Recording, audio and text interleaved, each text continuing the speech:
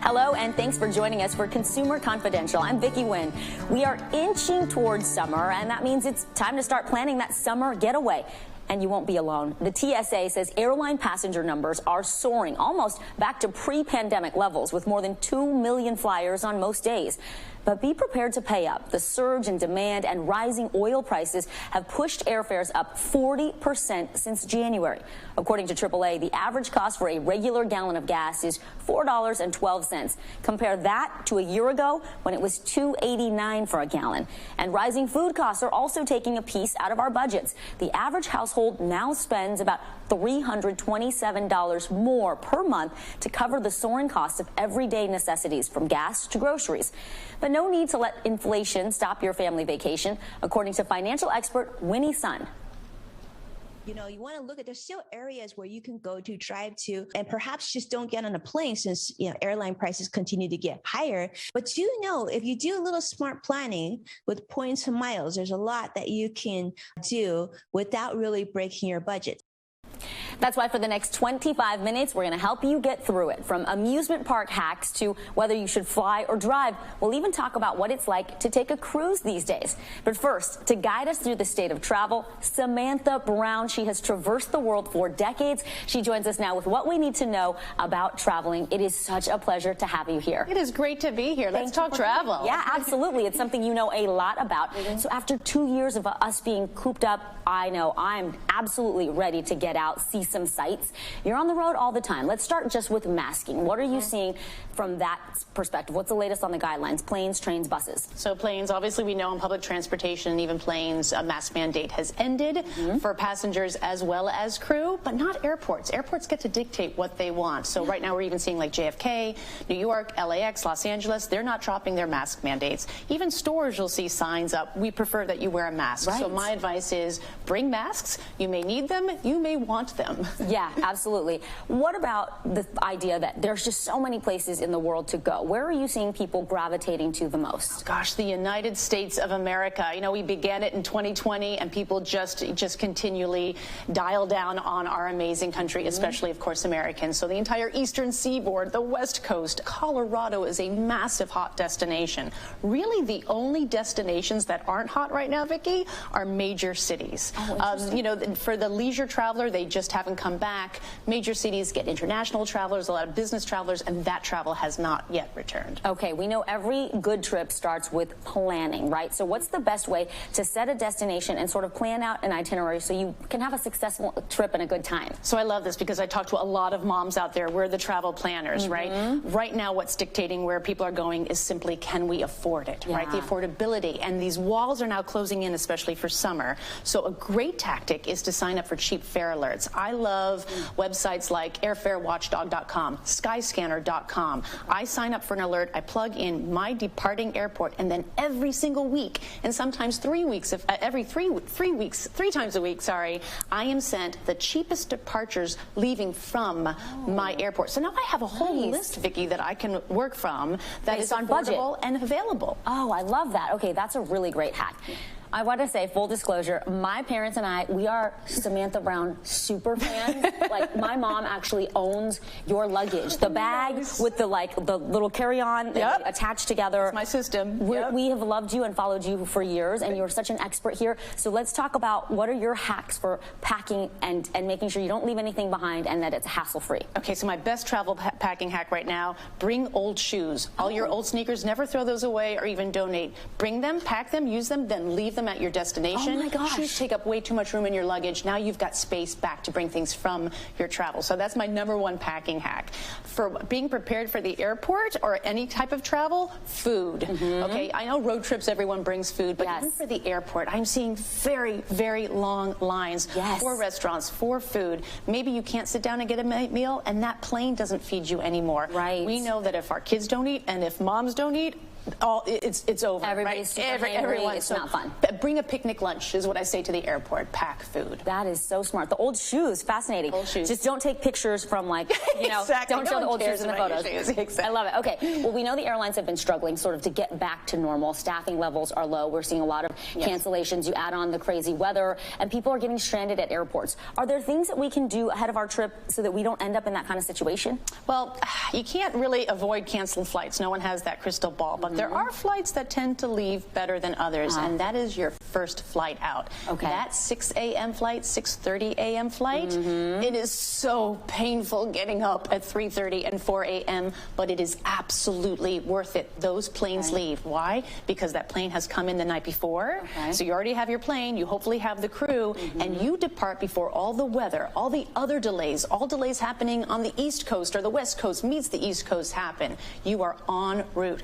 And those are now still the cheapest flights to get. They may still have availability on those 6 a.m. flights. So you're doing well. If you get a first flight out and direct, you're doing good with travel. You just got to wake up the kids and get them on board. My kids would always go in their pajamas. They loved it. Just roll out of bed, put on the shoes, the old sneakers. The old sneakers that we're going to leave behind. We're going to leave behind and have, you know, replacements. But yeah, exactly. Genius. Okay, so with so much happening right now, do you think people should invest extra in travel insurance? I mean, it's so expensive to travel to begin with, but is it worth it to get that extra insurance? Well, it depends. I think if you're spending a lot of money and people are making these really big once-in-a-lifetime trips because they haven't been able to travel for years, they're bringing their parents, their kids, that's a lot of money. So the way I look at it as, this is an investment, and travel insurance protects that investment if it's a lot of money. If you are going overseas, absolutely, especially get medical coverage. Understand that our own health insurance here in the United States provides little to no coverage overseas. You will want that. And so it's just, again, protecting your investment, looking forward to the trip,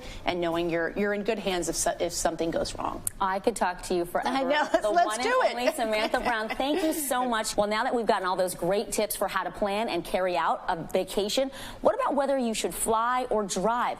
Questions you want to ask before you head out. Plus, RVing is more popular than ever.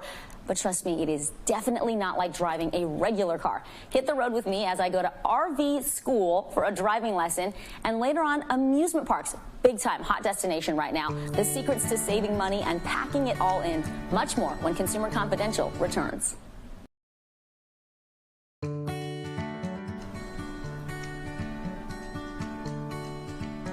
If you're planning on hitting the road this summer, finding ways to save some money is always welcome news, especially with record high gas prices. As we talked about earlier, AAA says the average cost for a regular gallon of gas is $4.12. That's actually up more than 40% from just a year ago. Joining us now is Paula Twydale. She's a senior vice president for travel at AAA. She's going to help us navigate our summer road trip. Paula, welcome. Thank you very much. Thanks for coming in. So gas prices at these record levels, we haven't seen them like this before. It's really hurting all of us in our pocketbook. What are some ways that you can save if you're planning to do a road trip this summer? Well, anyone that's planning a road trip or wherever they're going, we say plan early. Planning is critical. Knowing the distances you're going, look at times, tolls if you're on the road, stops that you may want to make, and certainly what you're going to spend. And AAA has talked about filling up at the beginning of the week. It can be cheaper in different locations, like you want to find in town versus right off the freeway. That can be a way to save money as well. What about if you are on the fence between flying and driving? You know, you're not just thinking of the price of the plane ticket, right? What are some other things to consider and factor into your budget? Sure, great question. Really, it's about doing the math. You have to figure out what is the distance I'm going to travel, how much discretionary time do I have to plan my vacation. So do you want to be spending your time on the road at the front end of your vacation, the back end driving, if it's maybe 8 or 12 hours of the day? So the distance comes into play, and really how many people are traveling. So if 2 people, yourself and a significant other, are going to travel, you may want to fly because you can afford that plane ticket when you're planning early to get the best rate. However, if you're going to drive, you might be losing those 12 or 15 hours in the car, and then you're going to plan on stops and any ancillary costs that you may incur if you're going to overnight in a hotel. And understanding too, there are parking fees that come into play. So what's happening when you get to that hotel and you incur parking fees? Let's talk about rentals and car rentals, because there's major sticker shock out there. We were planning a trip to the West Coast and thought we would just rent a car, and instead decided, you know what, it makes more sense to take a rideshare like an Uber or a Lyft from the airport to our destination, because we don't really need a car for the whole time that we're traveling. So what do people need to know on different ways to save on car rentals, or maybe not even renting a car? Well, first of all, knowing the personal circumstances, right? If you're in a resort area or with family, you may not need a rental car when you get to your destination. But if you do, you would want to really consider the off-airport locations as well in the local area, in the community. They're usually less expensive, number one, because they're not paying those airport taxes. Right. So that's first. So you get to the airport and then you take a ride share to an off-airport location to pick up a car. And sometimes the locations have pickup services too. So weigh those differences out, and maybe you're going to rent a car. But in the case of yourself, where you're going to be stationary and attractions or restaurants or things are all in walking distance, you're not going to really need to rent a car. A ride share is a good option. But if you do need to rent a car, do it ahead of time. Plan so that you have the inventory available, making sure you have the selection of the price. And if you have an option, pay in advance, because you can save about 20% off your bill. I've seen $100 difference between pay now at time of booking versus pay at the counter. So you have more choice, because there will be shortages this year. More people are traveling this summer. 52% of Americans have already made their plans for the summer. Great advice. Thank you so much for coming in and joining us, Paula. Thank you so much. Well, speaking of hitting the road, RVing really became popular during the pandemic. And if you are thinking about going on your own cross-country adventure, just remember, driving an RV, it is not like driving a car. They are big, they're heavy, and if you don't know what you're doing, they can be dangerous. To show you what to expect, I went to driving school. Time to hit the open road. And with a recreational vehicle, it's a comfortable and even luxurious way to see the country. RVs are so popular right now, one major rental company reports sales are up 38% from the previous year. But some RVs are more than 40 feet long, 13 feet tall, and weigh more than 40,000 pounds, making them even bigger and heavier than a school bus. And that's why they say before you drive one of these recreational vehicles, you need some specialty training. That's what I'm doing here in Texas in this parking lot, where they've set up these orange cones and a little driving course. And you know what? I'm going to crush it. My instructor, Tim Armstrong, with the RV Driving School. He has 25 years of experience as a professional semi-truck driver and RV instructor. Our vehicle, this massive motorhome that sleeps 4, has a full kitchen, bathroom, and even a washer and dryer. A true home away from home, loaned to us by the National Indoor RV Centers. So before we get behind the wheel, what do we have to do? We're going to do a safety check. Okay. We're going to walk around, make sure all our hatches are closed. We have air in the tires. There's nothing underneath that could cause us a problem. And check the front and the back to make sure those areas are clear. Time to get into the driver's seat. But first, a minor wardrobe change. You had me change out of my flip-flops to wear these shoes. Why was that important? We always want a solid shoe to drive, because I want you to have a firm control of the brake and the gas. Okay, here we go. Next, I get situated. Before we can drive, we have to have everything set up for you.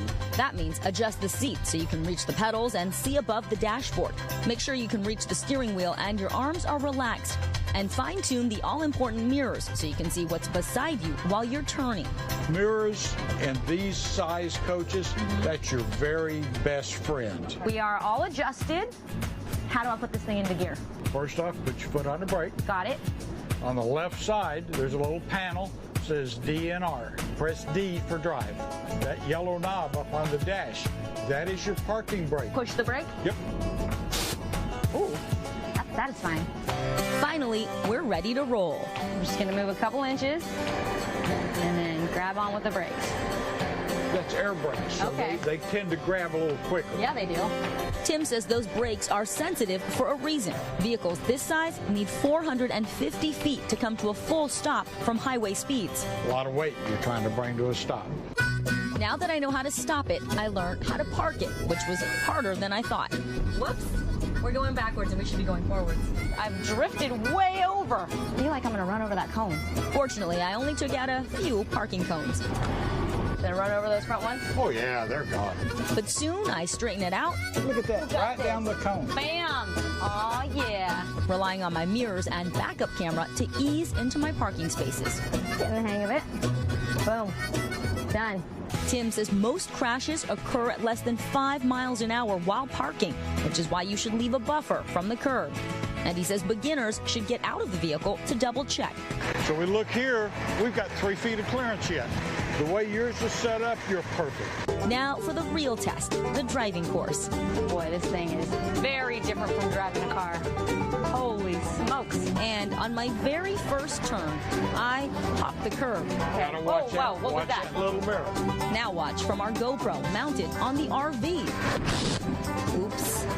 While I did hit a few bumps, Found the curve again. I found that curve. I finally turned a corner. There you go. Turn it quickly. You got it. Oh, yeah. I learned my lesson. Cruising in an RV can be a great way to see the country, but only with the proper training. Oops. All right, well, driving the RV was fun, but it was exhausting. It really took total concentration. The RV driving school charges $590 for individual 2-day lessons. What you just watched was mostly what's covered in the first day. Some of the lessons we didn't go over: how to enter and exit an off-ramp, how to stop at high speeds, how to get through those toll booths, and also, don't forget, pumping your gas. That's even different with an RV, and it certainly emphasizes why this kind of training is important if you're going to get behind the wheel of a large, heavy vehicle.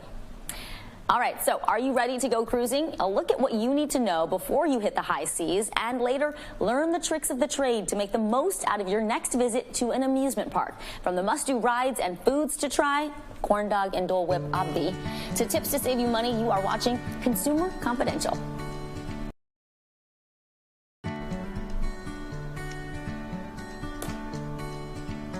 If you wanted to set sail over the past 2 years, you know it was nearly impossible. The cruise industry was hit hard by COVID challenges.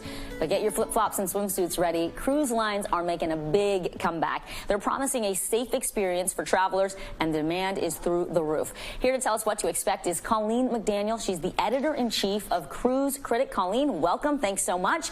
First, let's talk about what do people need to know about cruise travel right now in the pandemic. What are the safety precautions that are being taken? You bet. So really over the past 2 years, the cruise industry has made a slow comeback. In the first year, there wasn't really a whole lot in the way of cruising. But since about a year ago, it's really made the comeback. There isn't really a general protocol in place that all the cruise lines share, but you can count on the fact that they're all going to be really similar because they were worked on with the CDC. One thing that is a real commonality among all the cruise lines is vaccination. So any adult who is eligible to be vaccinated will need to be vaccinated, and all crew on board cruise ships are vaccinated. Likewise, we're seeing testing across the board. So in order to get on a cruise ship, you do have to produce a negative COVID test. Now, masking has been one of those things that's a little bit back and forth. We've seen the same thing on land. Sometimes you need them, sometimes you don't. Some cruise lines still require them. Most cruise lines still require them for crew. And then we also have medical facilities on board in case there is a COVID breakout or COVID cases on board. And we're also seeing some contact tracing. So all these things are really designed to keep passengers, the crew, and even the people in the destinations that the cruise lines visit safe. Testing, vaccination, of course, quarantine if people do get sick on board the cruise. So where are people going? What are some of the great destinations we should keep an eye on? Well, right now, Alaska is so hot. Alaska is one of those destinations that for a lot of people, it's really a dream vacation. Over the last 2 years, people weren't really able to visit. There was a partial cruise season to Alaska last year, but this is really going to be the first year that it's kicking off full steam. As a matter of fact, the first ships are just getting there now, and you can get there on those big cruise ships, on a luxury ship, or even an expedition ship. Also, we're seeing a lot of interest in those expedition routes. So places like the Galapagos and Antarctica are super hot. As a matter of fact, this Antarctica season, which really begins in that November time period, is looking to be the biggest Antarctica season ever. Also, if you can believe it, people are loving world cruises, which they started about 120 days and beyond. This is lots of time at sea, but the cool thing is you really see the whole world on these world cruises. We've been hearing that they've been selling out within 24 hours, so people are really anxious. That pent-up demand is there, and they're ready to get out on the road. Yeah, after being in your house, now you're ready to see the world and be on the water for 120 days. Last question for you. Quickly, talk to us about how do we find deals? Because obviously things cost so much more right now. Yeah, and I talked about high demand. That is actually the case with cruising right now. We are not seeing a lot in the way of deals because the demand is so high. Now, that said, you always can look for a last-minute deal, and that's really a deal under 90 days or so out. You might find a little bit of a discount on your cruise. The caveat is you might not get the cabin you want on the ship you want, and maybe not even exactly the destination that you want to visit. So do be aware of that. Instead, what you might want to look for are additional perks. And this is fairly common from the cruise lines, where they give you things like free Wi-Fi, free beverage packages, even included gratuities. So it's a great way, and ultimately, it might actually save you more than a discount off your fare. Okay, fantastic tips. Colleen McDaniel, thank you so much. Well, families love amusement parks, but they can be pricey. Next up, ways to save and how to maximize your next outing. Consumer Confidential is coming right back.